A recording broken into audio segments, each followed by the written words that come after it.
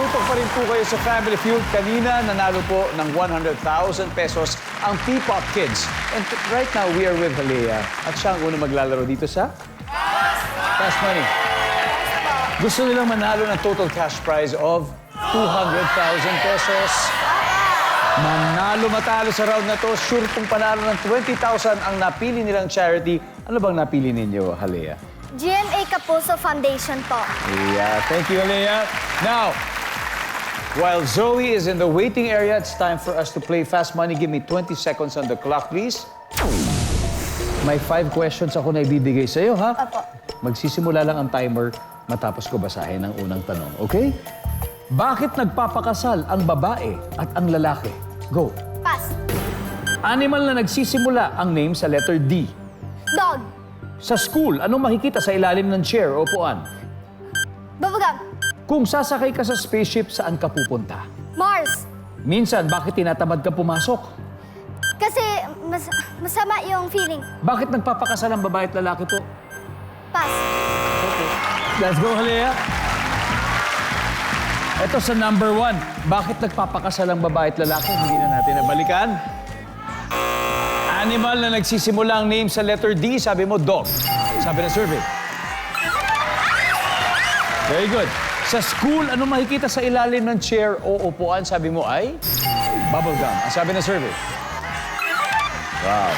Kung sasakay ka sa spaceship, saan ka pupunta? Sa Mars. Ang sabi na survey. Very good. Minsan, ba't tinatamad pumasok kasi masama ang pakiramdam po? Ang sabi ng survey. Yay! Very good, very good. Good start, Halea. Okay. Balik na po tayo. Let's welcome back Zoe. Alright. Okay, Zoe, si Halea nakakuha ng 94 points. And you need 106 more points to get the jackpot, okay? Kayang-kaya natin yan. I'll be giving you 5 same questions, but this time you have to answer them within 25 seconds. Okay? At this point, makikita na po ng manonood ang sagot ni Halea. Give me 25 seconds on the clock. Bakit nagpapakasal ang babae at ang lalaki? Go. Kasi they love each other po. Animal na nagsisimula sa letter D. Animal na nagsisimula sa letter D. Dog. Bukod sa dog. Letter D. Dragon. Sa school, anong makikita sa ilalim ng chair o upuan? Books. Kung sasakay ka sa spaceship, saan ka pupunta?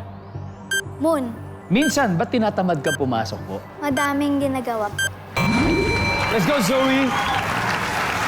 Bakit kaya pinapakasal o nagpapakasal ang babae at lalaki? Kasi nagmamahalan sila. Ha? Ang sabi ng survey ay... Very good.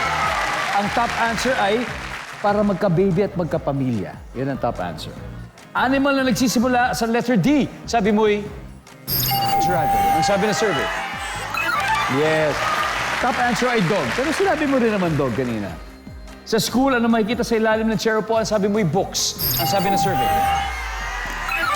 Yan. Kalat ang number 1 answer or basura. Kung sasakay ka sa spaceship, saan ka pupunta? Sa moon. Yan sabi ng survey. That's the top answer. Minsan, ba't tinatamad kang pumasok? Kasi marami kang ginagawa. Ang sabi ng survey? Yeah. Ang top answer ay inaantok. Anyway, kids, P-Pop Kids, nanalo kayo ng 100,000 pesos tonight. Zoe, Asiya, Halea, and Kendra,